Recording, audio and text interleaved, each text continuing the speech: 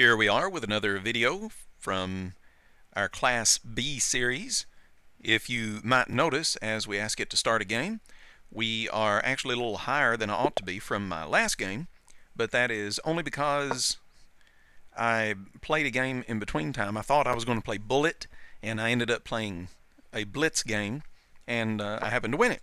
So that means that we are a little bit ahead of the game, getting ever so closer to that Class A rating, above 1800 that we are looking for. In order to get there, we are playing the bird.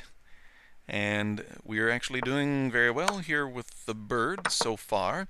So many people want to go into this reverse Leningrad, and they allow the doubling of their c-pawn. And that is just not exactly what you're after. That's not really the prime way in which to get the job done if you're black here. See, he had to take another move because he wants to start a queenside initiative on bringing his pawn up here when he could have already had a pawn up there by making a double move at the first. So time-wise, it's just very inefficient to allow the doubling of this pawn in the exchange of the white squared bishop for the queen's knight. And so many players just don't see that. It's a pretty well-known thing in the grandmaster type circles and everything, but in a rarely played opening, I guess you can't really expect somebody to know something like that. Now, since he played the rook over here on e8, that's why I countered with e4, because you don't see me do that very often. You might wonder, why is he doing that? It's not just because it now makes a threat, although that's good, with the bishop and knight. It's also because he had done this with his rook, and this sort of stifles that rook, because I'm always just going to bypass this here. And having done that, what's he going to do now? I mean, if he makes the exchange here, then that doesn't bother us at all. Our kingside initiative here is very fast, because there's just no way. What's he going to do? I mean, push a pawn up and try to prevent it? That just hastens his demise, because I'm immediately ready to roll. Yes, they always try to do that with the a5, and that's just not going to get it done. As long as I have enough, I have two pawns and a knight trained on c4, because that is such a key hinge to the position, then I should be okay. Now, in some variations where you still have the king's knight, you can post it up. In this one, things are a little bit different. We don't have it, so we can't do that. All right, now right here he has a little bit of a problem, because, no, not yet. I thought about going ahead and pushing, but not yet. Yeah, and right here I'm definitely going to exchange, because it just opens up so many good avenues to the black king. And of course, if I bump up here, he's just going to block off by bypassing my pawn. This way he cannot do that. It just isn't happening. Okay, so we're continuing the kingside attack. Notice that in this whole process, he's not really gotten anywhere to speak of with his queenside demonstration. Just still waiting for it to get off the ground. I mean, he does have a battery of queen and bishop lined up, but it can't really do anything yet. And it's not really ever going to do anything as long as I can arrive at this position with my knight after he pushes the c-pawn. So we're still waiting for him to decide on a course of action. Now, if he gives me the slightest opening here, I will have absolutely no reservation at all about the exchange rook for knight. I will drop that exchange and make that sacrifice just in a split second. And there are all kinds of other dangers here as well. Notice the lineup of his king. This looks rather passive. Should we double the rooks? It's worth a quick think. Yes, we should double the rooks. Now I'm threatening takes pawn and takes the knight. Ooh. I'm so tempted to take it right now anyway.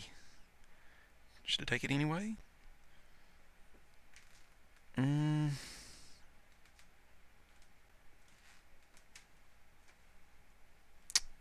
really thinking about it.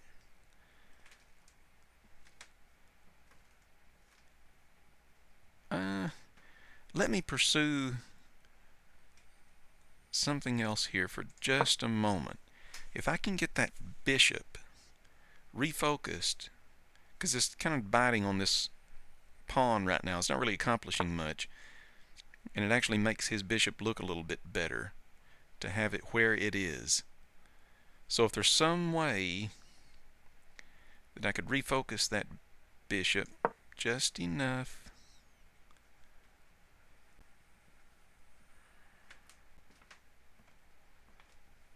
to get something going here. Alright, this is where he says you can't move that knight, and he's right. I cannot move that knight. However, here's where we change tactics just a little bit. And I'm a little bit ahead in time. We'll go ahead and make that exchange. And come on up here. Uh-oh. Did he just drop his bishop?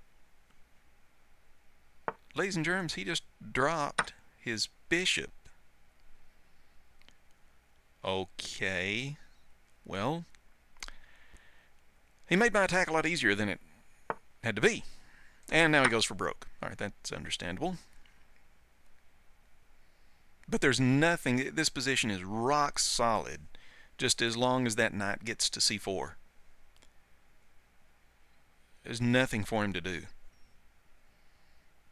It's just dead lost. Notice here I'm also threatening to take on d5. Alright, he says no, you can't take because I'm going to line up this way and threaten your rook. Aha! Okay, I get it. I have to move the rook. Alright. Alright, since you're going to take that anyway, I'll take back with the queen. Alright, now notice this rook is pinned. Is there any way I can use that? Use the pin. Yes, there is. Actually, I can make a little taquito here. We'll do things this way. Sort of simplifies with respect to the winning process in the game.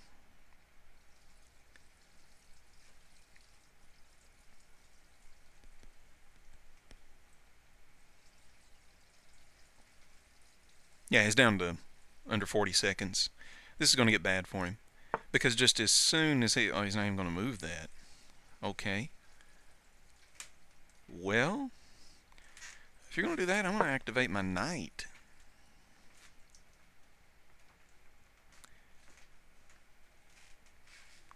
That pawn really isn't all that important right now. Yeah, you can do that, but it's just not that important.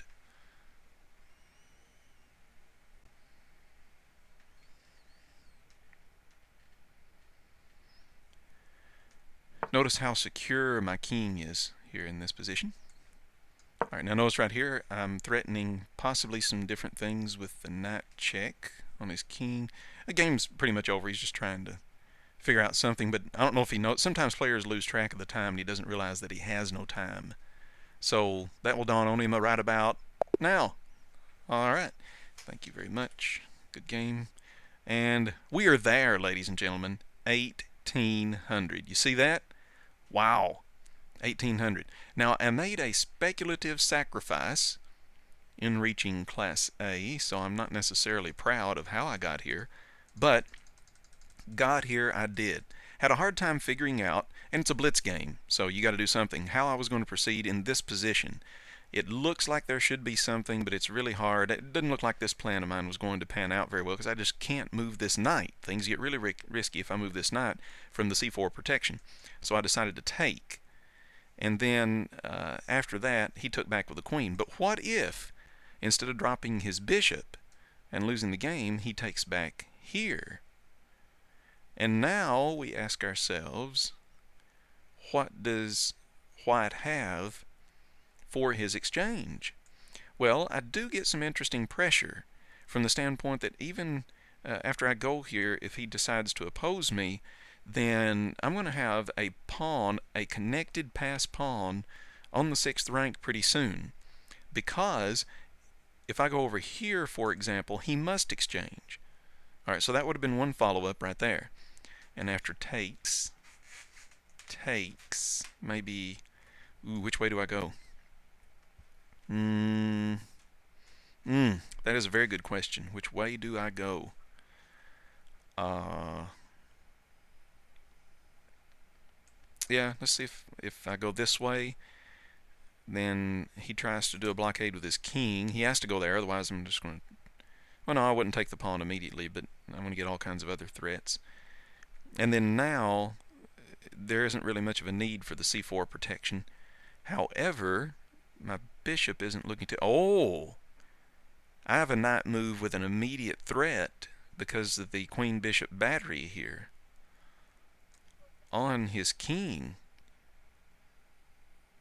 So I can move the knight over here, and he doesn't have time for any monkey business. And I've got a threat here, so you'd have to say go over. Knight goes to h4.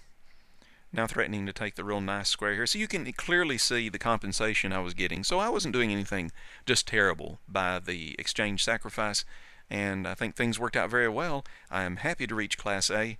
If you'd like to see anything that I'm doing in Class A, then click on subscribe and keep track of stuff, because we will start our Class A series. Of course, I'll jump back and add to the B series if I happen to lose my first game on Class A, because I'm only just barely Class A in the blitz right now. All right, thank you very much.